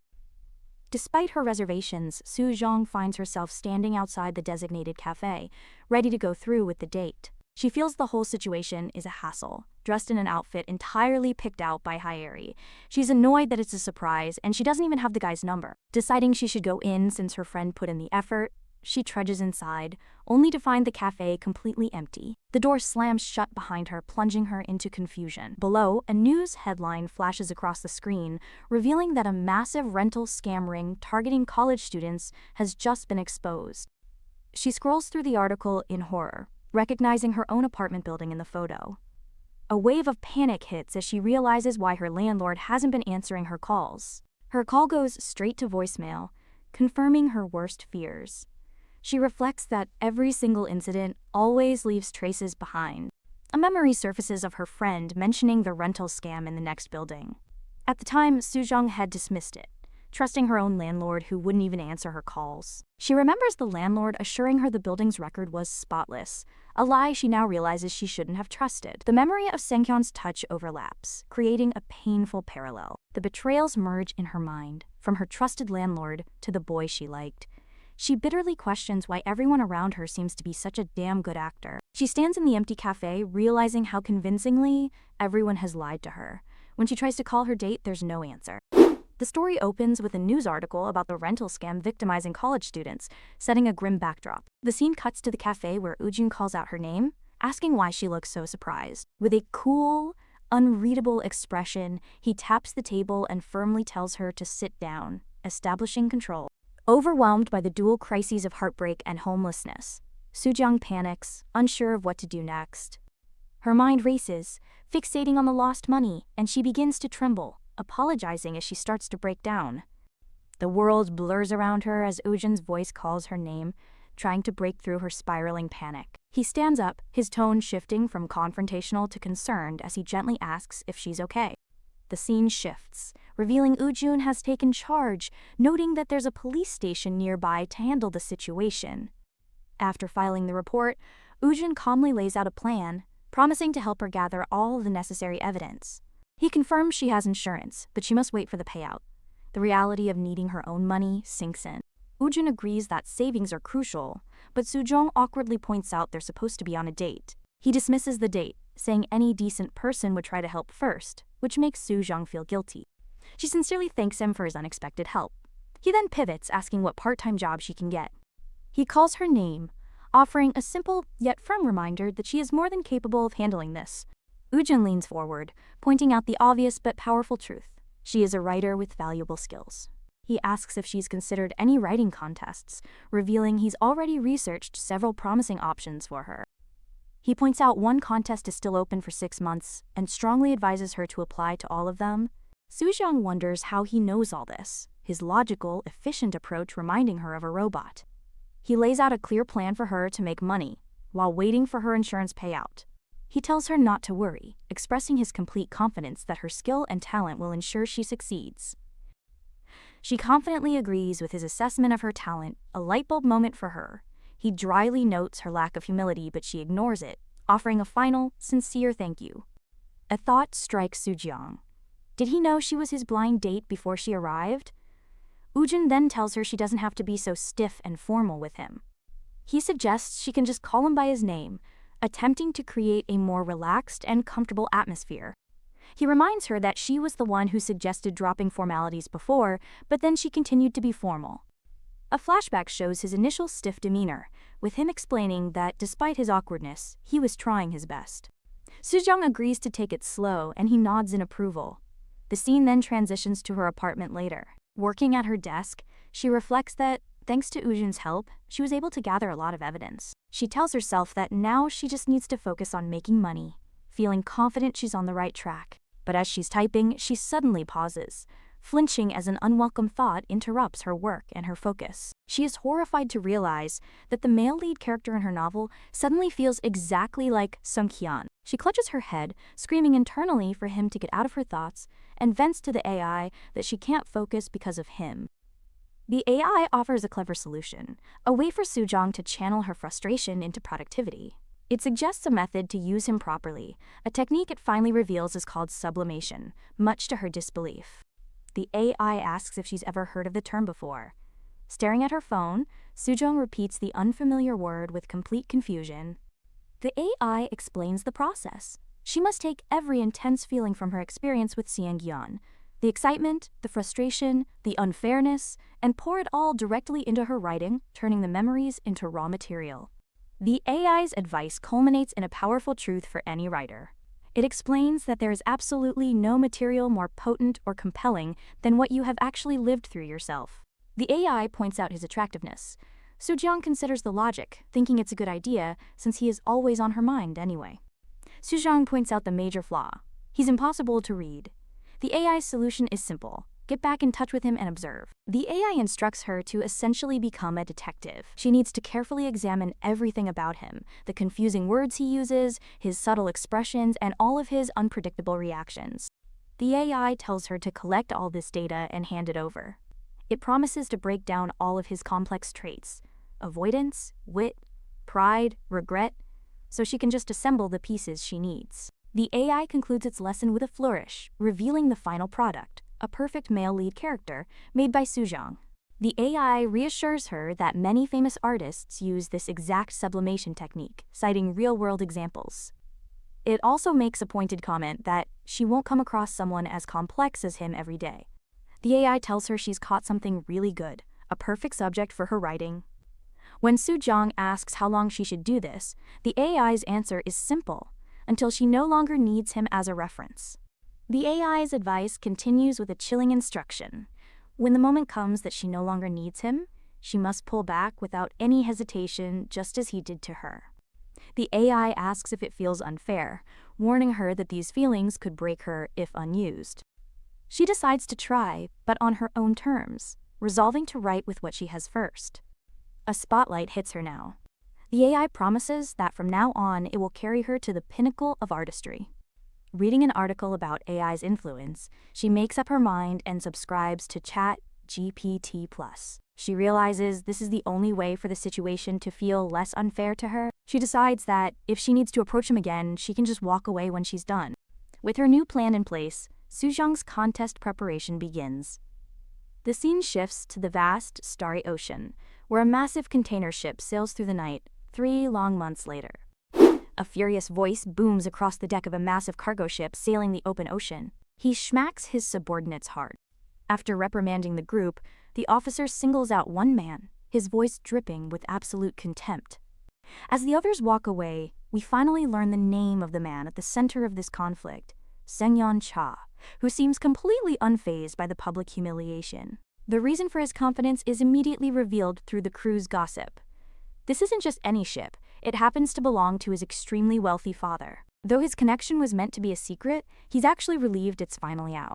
He heads back to his cabin, but his calm exterior hides a deep, simmering resentment. He flops onto his bed, revealing the true source of his anger, his own father. Seungyeon sits in his drab room, fuming over the fact that his dad threw him onto this rusty old cargo ship when he was promised something far more luxurious.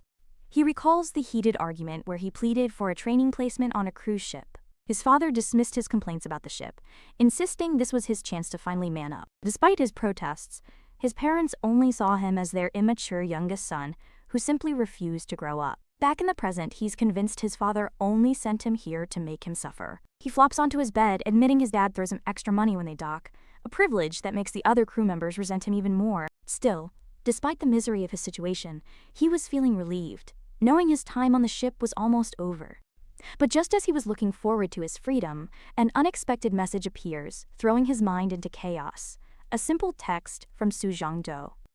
Her message sends his mind reeling, imagining himself completely helpless and tied down on a beach, with her holding all the power over him in this surreal daydream. He remembers their first meetings, initially finding her awkwardness and blunt demand for his number to be strangely entertaining, a cute quirk that he found amusing at the time. He always got a kick out of teasing her, trying to poke at that serious expression she always wore.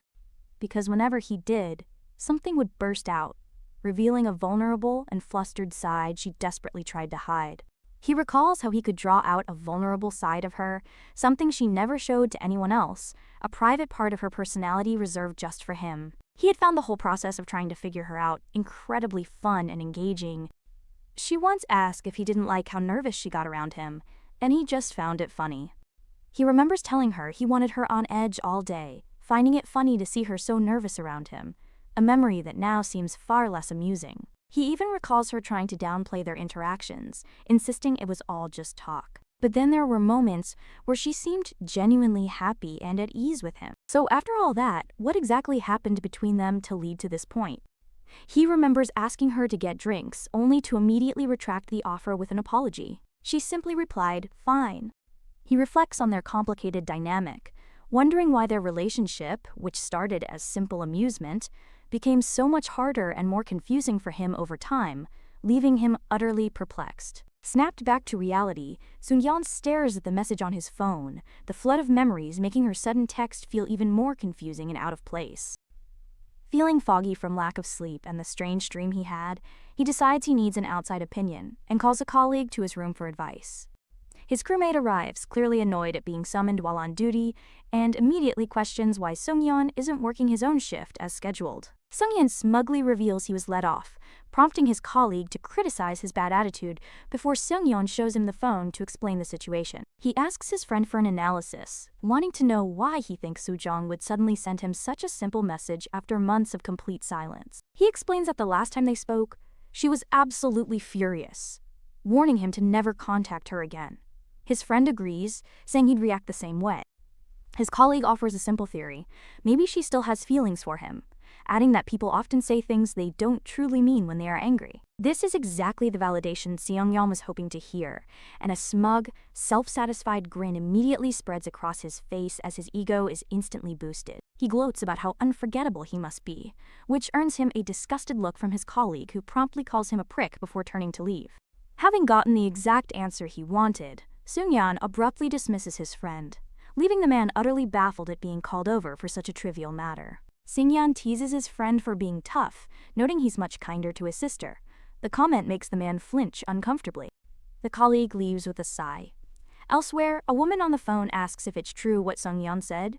The colleague complains to his sister that she's all Seungyeon ever talks about, but she's completely unbothered, telling him to just let it happen. The sister dismisses him, saying he needs to grow up. Meanwhile, Seungyeon admits he never thought Soo-jong would contact him again. Their text conversation is surprisingly normal and friendly.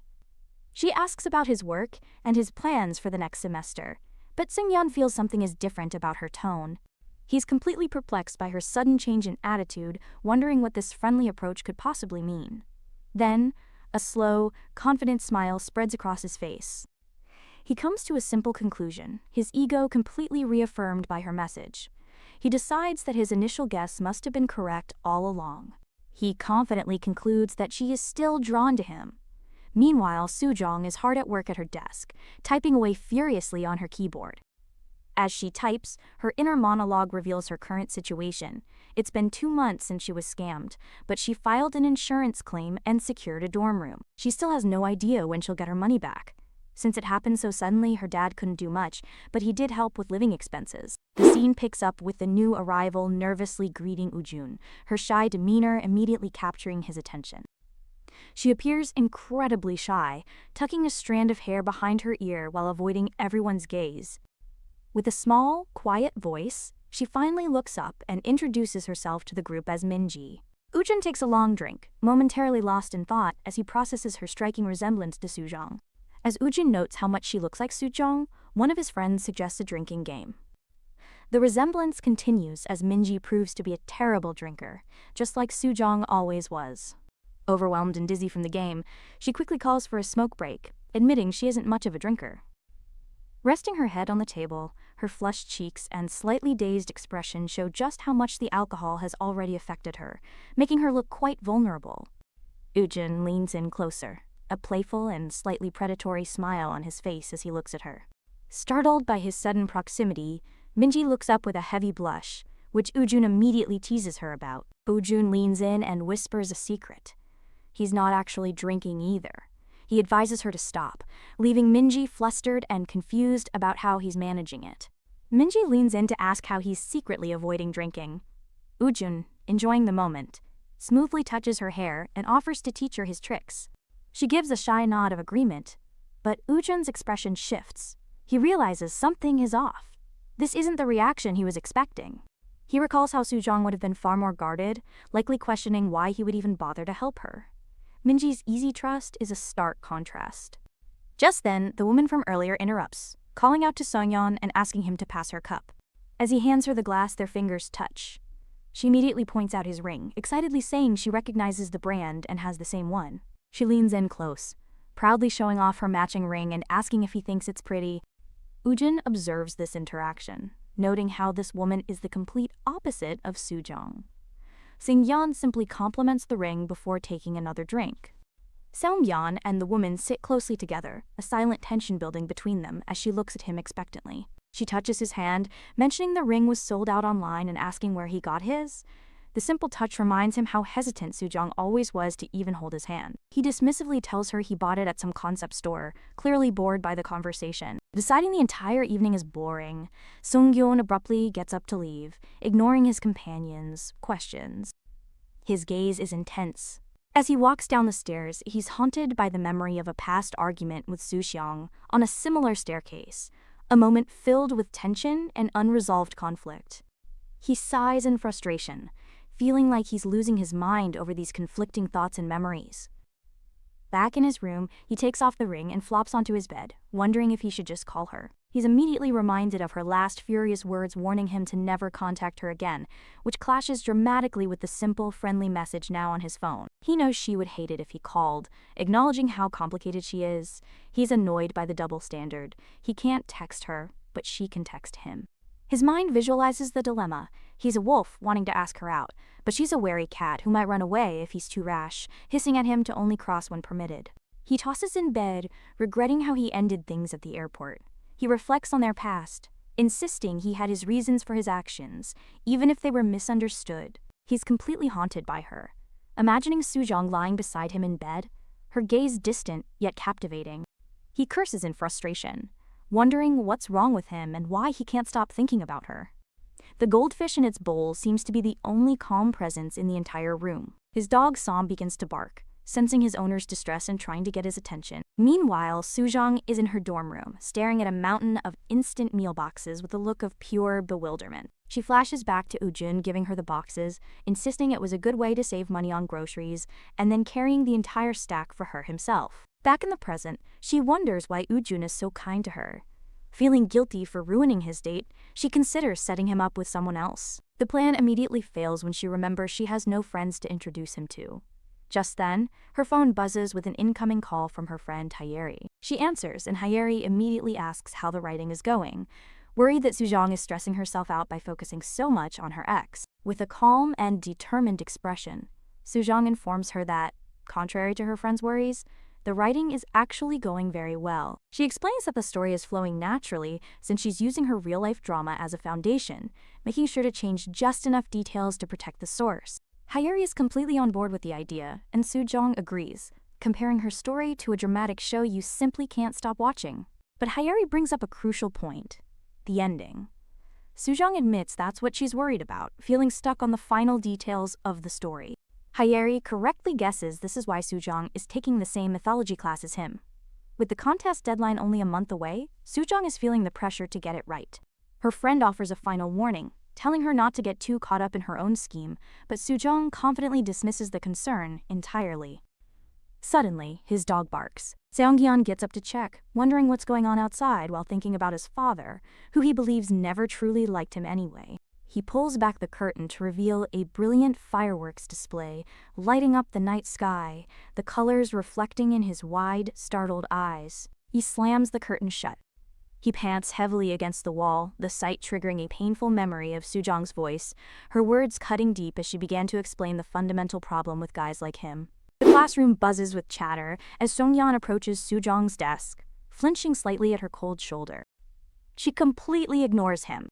Undeterred by her silence, he lets out a small, amused huff, clearly enjoying the challenge.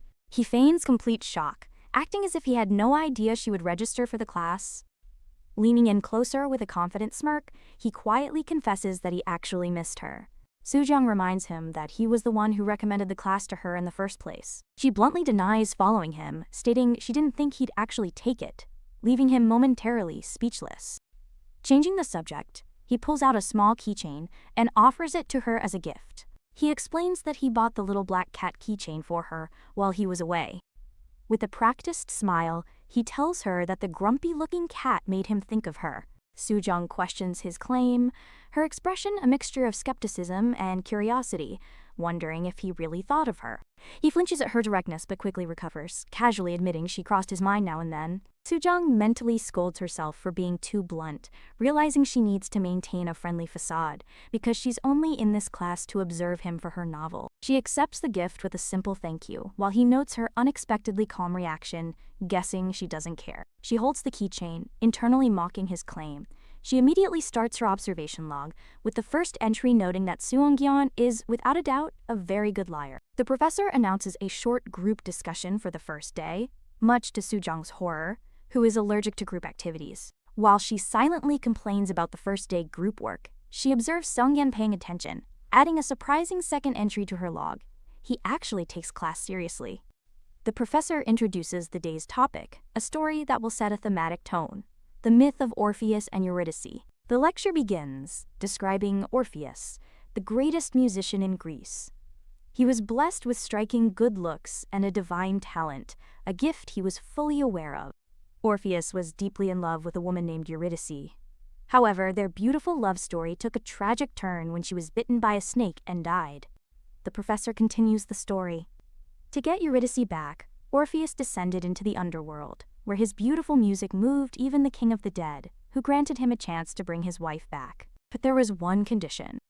As they ascended from the underworld, he was forbidden from looking back at her until they both reached the surface. He couldn't turn around to make sure Eurydice was actually following him. However, just before reaching the light, Orpheus turned around. The moment he broke the promise, Eurydice vanished forever. The professor poses a question to the class. Why did he turn back? Was it because he loved her? Or was it something else entirely? The question hangs in the air, clearly resonating with Soo-jung's own experiences. The group discussion begins, with one student arguing it's hard to say there was no love at all. Another student suggests he looked back out of concern for her safety, but a third counters that this sounds more like anxiety than genuine love, a point that makes Soo-jung visibly uncomfortable. No matter how hard she tries not to think about it, the topic keeps bringing her back to that day at the airport when he let her go. She concludes Orpheus's action was the opposite of love. A classmate agrees with her point, and as they chat, Soo-jung adds another entry to her log. On the surface, he appears to be a decent, sociable guy. Soo-jung agrees that reputation matters. The group then turns to Sung-yeon, asking for his thoughts on the myth. Her internal log continues.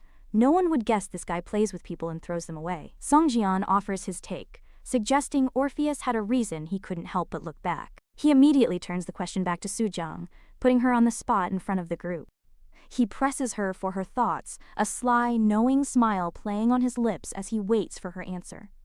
Her heart throbs uncomfortably. She states that regardless of the reason, he broke his promise and should bear the consequences. Sung-yeon just laughs. He playfully taps her foot with his, and then leans in to comment on how cold she's being to him. Soo-jung retorts that they're in a debate. Soo-gyeon laughs, noting she hasn't changed. The group decides to take turns presenting each week to make things fair. To her dismay, the group leader immediately announces that they will start with Soo-jung for the first presentation. The leader adds they must shout their team chant, Team Elite Extroverts, an introvert's nightmare for Soo-jung. Sung-yeon calmly volunteers to do it for her. A classmate is surprised he likes presenting, but Sung-yeon jokes he has a thing for microphones. Soo-jung's log notes, he acts like he cares so naturally you almost believe it's real. A classmate asks if he and Soo-jung already know each other. Sung-yeon confirms, then coyly asks if they look like they get along. Soo-jung's log continues, stating he makes you think you're someone special to him. She then downplays their connection to the group, saying they just met once at a mixer. As the class ends, Soo-jung internally tells Sung-yeon to stop talking so she can focus. The professor dismisses everyone until the next class. As they trudge towards the elevator, Soo-jung reflects that she didn't get much work done with him, since they barely talked. The elevator doors open, and a crowd rushes in, pushing everyone together.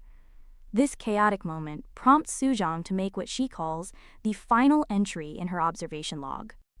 As people jostle for space, someone bumps into Soo-jung, sending her stumbling forward directly into Sung-yeon.